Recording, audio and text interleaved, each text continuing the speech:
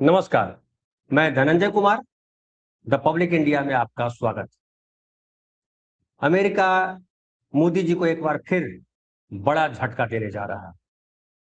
अब देखिए, मोदी जी की हालत दरअसल ये हो गई है कि उन्होंने खुद को तो छोड़िए, भारत को भी एक ऐसे देश के तौर पे दुनिया के सामने प्रस्तुत कर दिया है जिसको कोई इधर से खींच रहा है, कोई उधर से धकेल रहा है, कोई उधर उधर से बोल रहा है और मोदी जी कुछ बोल नहीं पा रहे। चीन जो है हमारे गांव कब्जा कर रहा है। अमेरिका जो है हमें तरह तरह से प्रताड़ित कर रहा है। अब देखिए, नया ये हुआ है कि 100% टैरिफ लगाने जा रहा है भारत पर अमेरिका। और इसकी वजह यह है कि भारत ने रूस से तेल खरीदा और अब इसका असर ये आएगा कि अगर टैरिफ लगा दिया, जो लगना ही है जिस तरह से भी, और मैं डिटेल बताऊंगा, लेकिन फिलहाल अगर टैरिफ लगा तो क्या असर होगा इसको समझना जरूरी है। पहले अगर टैरिफ लगता है तो जो भारत का निर्यात है, खास करके अमेरिका, कपड़ा, हीरा, दवा, ये सब बेहद कमजोर पड़ जाएगा, लगभग ठप हो जाएगा। और ये पूरा बिजनेस जो है 2.1 लाख करोड़ रुपए का है। और अगर ये होता है तो 15 से 20 लाख लोग सीधे तौर पर प्रभावित होंगे। और उसके बाद निर्यात घटने से जाहिर है, निर्यात जब कम होगा तो डॉलर की आवक कम हो जाएगी, और जब डॉलर की आवक कम हो जाएगी तो हमारे भारतीय रुपए की और फजीहत होगी, मतलब भारतीय रुपया और गिरेगा। और हुआ यह है कि अमेरिका में अब जो है वो बिल लाने वाला है अमेरिकी संसद, वहां बिल पेश हुआ होना है। और ये बिल जो आ रहा है वो रिपब्लिकन और जो डेमोक्रेट्स हैं, दोनों पार्टियों का इसको समर्थन प्राप्त। और दोनों पार्टियों का जब समर्थन प्राप्त है तो जाहिर है कि बिल को पास होना ही है। और और ये इसलिए किया गया है कि अमेरिका ने रूस से उन देशों पर लगाया है जो तेल खरीदा है रूस से। तो आप जानते हैं कि रूस पर प्रतिबंध लगाया हुआ अमेरिका ने, लेकिन बावजूद इसके कई देश तेल खरीद रहे हैं। और कई देश में, जो 5 देश, भारत सबसे पहला है, फिर चीन है, फिर स्लोवाकिया है, हंगरी है, अजरबैजान, इन 5 देश पर 100% टैरिफ लगाने की बात कर रहा है। और अभी जो फिलहाल जो स्थिति है उसमें तो आप जानते हैं कि 18% टैरिफ जो है अमेरिका वसूल कर रहा है। लेकिन जब 100% टैरिफ लगेगा तो कितना महंगा हो जाएगा यहाँ का निर्यात, यहाँ का सामान अमेरिका में, इसको लेकर के लोग चिंतित हैं। और देखिए, जून में भारत ने रूस से 26.1 लाख बैरल प्रतिदिन कच्चा तेल खरीदा था। और ये देश के कुल आयात का 52.4%। इसके पहले वाले महीने में यानी मई में जितना तेल खरीदा गया था उससे 39% तेल जो है ज्यादा खरीदा गया जून में। और इसी को लेकर के जो है भारत पर अमेरिका शिकंजा कसने जा रहा है। देखिए, रूस से तेल लेना कोई गड़बड़ नहीं है। हम रूस से तेल लेंगे, हम जिससे चाहेंगे उससे तेल लेंगे। अमेरिका कहने वाले कौन होता है कि आप रूस से तेल खरीदो या नहीं खरीदो या क्या खरीदो। लेकिन असल सवाल है कि जो हमारा देश भारतवर्ष था वो कल तक, जब मोदी जी से पहले, वो किसी एक खेमे में नहीं था। सबके साथ भारत की दोस्ती थी, सबके साथ भारत का रिश्ता था, और हमारे कूटनीतिक रिश्ते दुनिया में सराहे जाते थे। लेकिन नरेंद्र मोदी जी ने जिस तरीके का रिश्ता देश का बनाया विदेशों के साथ, दुनिया के बड़े बड़े देशों के साथ, उसमें जो ईरान है, रूस है, ये सारे ये सारे देश हमारे स्थायी दोस्त हुआ करते थे। और भारत का एक नैतिक बल हुआ करता था दुनिया के सामने, और वो नैतिक बल था कि हम गलत के साथ खड़े नहीं होते। भारत किसी भी कीमत पर गलत के साथ खड़ा नहीं होगा। ये भारत की छवि थी। लेकिन नरेंद्र मोदी जी ने उस छवि को तार तार कर दिया, इजरायल के साथ खड़ा होकर। अब जानते हैं कि पूरी दुनिया में इस बात की चर्चा है कि इजरायल जो है वो ज्यादती कर रहा है, और भारत ने हमेशा माना कि जो जमीन फिलिस्तीन की है उस पर इजरायल जो जबरन कब्जा करना चाहता है वो गलत है, और इजरायल को वहां से हटना होगा। लेकिन नरेंद्र मोदी जी ने खुलकर इजरायल का साथ दिया, और इजरायल का साथ देने के क्रम में ही ईरान के साथ दुश्मनी मोल ले ली। ईरान जो है हमारे जहाज हॉर्मुज से नहीं गुजरने दे रहा है। आपको पता होगा कि फिर से हॉर्मुज बंद हुआ है, तो ये 11 से ज्यादा जहाज हमारे जो है हॉर्मुज के उस पार रुके हुए हैं। हमारे जहाजों पर हमले भी हुए।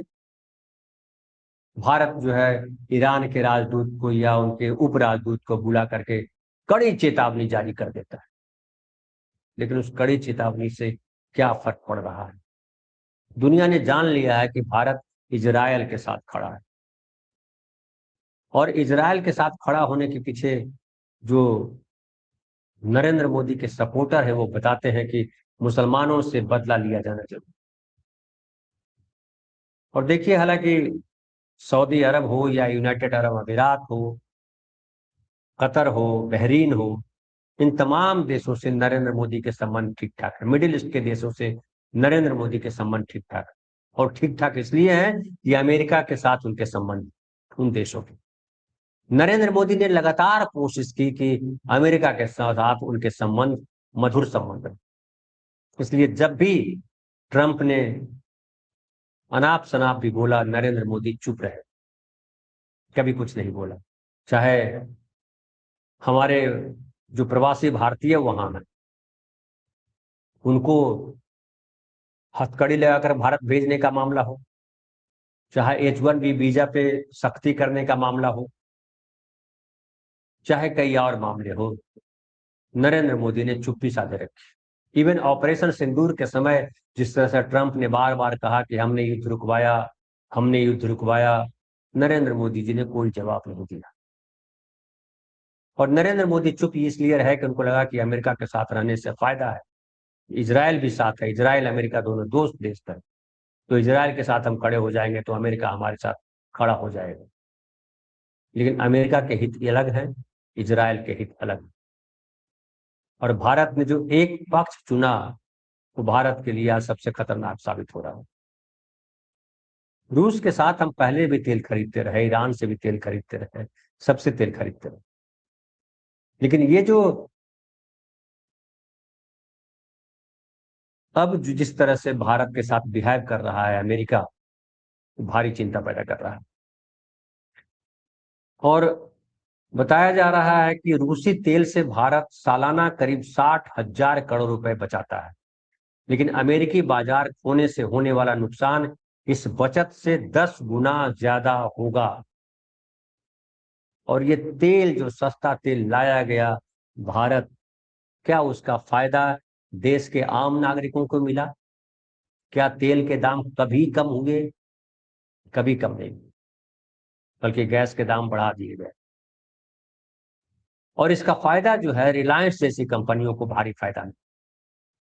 रिलायंस देखिए, अब अमेरिका में तेल शोधक कारखाना लगा रहा है, भारी इन्वेस्टमेंट कर रहा है, लेकिन बदले में भारत को क्या मिला? नरेंद्र मोदी जी ने जिस तरीके से विदेश नीति बनाई, उसमें आज देश भारत का रिश्ता जो है न तो पड़ोस के देशों के साथ ठीक है, न अमेरिका के साथ ठीक है, न रसिया के साथ ठीक रहा। रसिया भी अब हमें जो है वो ग्राहक की तरह ट्रीट कर रहा है। पहले हम मोस्ट फेवर्ड नेशन में हम आते थे। अमेरिका जब सोवियत संघ था, या जब अमेरिका जब जब सोवियत संघ था, जब रूस हुआ, दोनों समय में भारत के साथ रहा, सोवियत संघ भी और रूस भी। अमेरिका ने भी जब समय मिला, जब अमेरिका ने भी साथ दिया, कई बार अमेरिका ने भी साथ दिया, इजराइल ने भी साथ दिया, सबका साथ मिलता रहा। और यही कूटनीतिक नीति होती है कि ना काहू से दोस्ती, ना काहू से बैर। लेकिन हम सबके दोस्त, हम किसी का हित नहीं चाहते। जो गलत होगा उसके खिलाफ बोलेंगे, जो सही होगा उसके समर्थन में रहेंगे। यही भारत की विदेश नीति रही, वो चाहे नेहरू रहे या मनमोहन सिंह रहे। अक्सर याद किया जाता है कि जब मनमोहन सिंह एक बार जब गए अमेरिका, तो वहां संसद में अमेरिका से कहा कि आपने इराक पे जो हमला किया, तब अमेरिका इराक वॉर हुआ, इराक पर जो हमला किया वो गलत था। कभी झुके नहीं मनमोहन सिंह जी। लेकिन नरेंद्र मोदी जी ने कभी रीढ़ का परिचय नहीं दिया, कभी ताकत का परिचय नहीं दिया, आत्मनिर्भर देश होने का परिचय नहीं दिया। वाजपेयी जी को आज याद कर लीजिए, वाजपेयी जी को भी जब धमकाया था अमेरिका ने कि हम आर्थिक नाकेबंदी कर देंगे, वाजपेयी जी ने कहा था आपको जो मन पड़ता है करो, हमारी संप्रभुता में आप दखल देने वाले कौन हो। लेकिन नरेंद्र मोदी जी ने एक बार भी नहीं कहा कि अमेरिका कौन होता है। लोग बताते हैं कि इसकी दो वजह रही, एक तो एप्स्टीन फाइल और दूसरा अडानी, और दोनों की वजह से नरेंद्र मोदी कमजोर रहे। अमेरिका के प्रति उनका जो है हमेशा दंडवत वाला भाव रहा। चीन के प्रति भी कभी ऐसा नहीं दिखाया, जिसमें जो आज तक जितने भी प्रधानमंत्री हुए, चीन के सामने किसी ने घुटने नहीं टेके। 1962 का वॉर जो हुआ, जिसमें चीन ने धोखा दिया, उसके बाद जितने भी झड़पें हुई, जितने भी झगड़े हुए, 1965 में भी एक वॉर जैसी स्थिति बनी थी और चीन को मुंह की खानी पड़ी थी। चीन से कभी डरा नहीं। लेकिन भारतीय विदेश मंत्री ने कहा, मोदी जी के जो विदेश मंत्री हैं, कि चीन से लड़ना आसान है। चीन से लड़ने कौन कह रहा है? लेकिन चीन अगर गलत कर रहा है तो ये उसका प्रतिवाद तो करना होगा कि आप हमारे गांव क्यों कब्जा कर रहे हैं। अमेरिका अगर गड़बड़ी कर रहा है तो ये कहना तो होगा कि आप हमारी संप्रभुता में घुसने वाले कौन होते हैं। लेकिन जिस तरीके से हमने इजराइल का साथ दिया है और ईरान के साथ, आप याद कीजिए, ईरान के खामनेई मारे गए, वहां के चीफ सुप्रीम लीडर, संवेदना तक प्रकट नहीं थी कई दिनों तक। और ईरान के साथ जब वहां निमंत्रण भी आया तो नरेंद्र मोदी नहीं गए। वो हालांकि कई देशों के प्रमुख नहीं गए, नरेंद्र मोदी नहीं गए, लेकिन अपने रिप्रेजेंटेटिव भेजा। लेकिन ये जो पक्ष लिया इजराइल का, वो देश के लिए नुकसानदेह साबित हो रहा है। और अब जब 100% टैरिफ लगेगा, तो कहा जा रहा है कि भारत सालाना करीब 6.5 लाख करोड़ रुपए का सामान निर्यात करता है। 100% टैक्स लगने से भारतीय सामान वहां दुगने महंगे हो जाएंगे और बिक्री ठप हो जाएगी। और निर्यात ठप होने का मतलब होता है भारत के भीतर जो प्रोडक्शन है वो प्रभावित होगा, प्रोडक्शन कम होगा, खपत नहीं होगी, वहां दूसरे देशों में बेचना पड़ेगा, डॉलर नहीं आएगा, डॉलर कम हो जाएगा और हमारा रुपया नीचे गिरेगा। इन सब का असर जो है हमारी अर्थव्यवस्था पर पड़ेगा, हमारे यहाँ की नौकरियों पर पड़ेगा। मिडिल ईस्ट देखिए इतने समय से परेशान है, डिस्टर्ब है। मिडिल ईस्ट से भारी रेमिटेंस हमारे पास आता था, डॉलर आते थे, भारी संख्या में डॉलर का आना कम हुआ है। बहुत सारे लोग नौकरियों से बाहर कर दिए गए और इसका बुरा असर हमारे देश पर पड़ रहा है। ये जो किसी तरफ जाने का जो पल तब होता है जब हमारी या तो हैसियत नहीं हो या फिर हम आत्मनिर्भर देश नहीं हैं। अगर चीन हमें दवाई बनाने का सामान न दे तो हम दवाई नहीं बना पाए। चीन अगर हमें कच्चा माल न दे तो हम कई सारे प्रोडक्ट नहीं बना पाए। अमेरिका अगर हमें निर्यात करने अपना सामान वहां बेचने न दे तो हमारी खपत चौपट हो जाएगी। नरेंद्र मोदी जी कहते जरूर है कि हमने मिल्क प्रोड्यूस में जो है नंबर 1 हो लिए हम बीफ निर्यात में हम नंबर 2 हो गए, हम मोबाइल बेचने में फलाना नंबर हो गए, सब जगह कह रहे हैं, लेकिन क्या है भारत के पास जिसका हम निर्यात करते हैं, जो हम सब कुछ हम ही बनाते हैं, हम किसी पे आश्रित नहीं। और जिस तरीके से हिंदू मुसलमान इस देश में किया गया है, जिस तरह से इजराइल के साथ खड़ा हुआ है, जिस तरह से लोकतंत्र को एक तरह से कहिए हाशिए से बाहर धकेल दिया गया, हाशिए पे भी नहीं रहने दिया, उससे पूरी दुनिया में भारत की छवि खराब हुई। भले नरेंद्र जी को 34 देशों ने श्रेष्ठ नागरिक सम्मान दिया हो, लेकिन भारत की प्रतिष्ठा लगातार गिर रही। और अब ये जो ताप है अमेरिका का, ये हालांकि इसमें कहा जा रहा है कि ट्रंप के पास ये अधिकार होगा कि किसी देश को छूट दे सकते हैं। क्या भारत को छूट देंगे ट्रंप? ट्रंप का अब तक जो रवैया रहा है, और ट्रंप ने दुनिया के सामने जिस तरीके का अपना चरित्र पेश किया है, उसमें सम्मान के साथ ट्रंप के साथ कोई रिश्ता नहीं रख सकता। ट्रंप किसी का सम्मान नहीं करते, न अपने देश के पूर्व राष्ट्रपतियों का सम्मान करते हैं, न किसी और देश का सम्मान करते हैं। ऐसे में भारत का क्या सम्मान करेंगे? नरेंद्र मोदी ने जिस तरीके का भारत उनके सामने पेश किया है, बुरी हालत। तो फिलहाल इतना ही, बहुत बहुत धन्यवाद।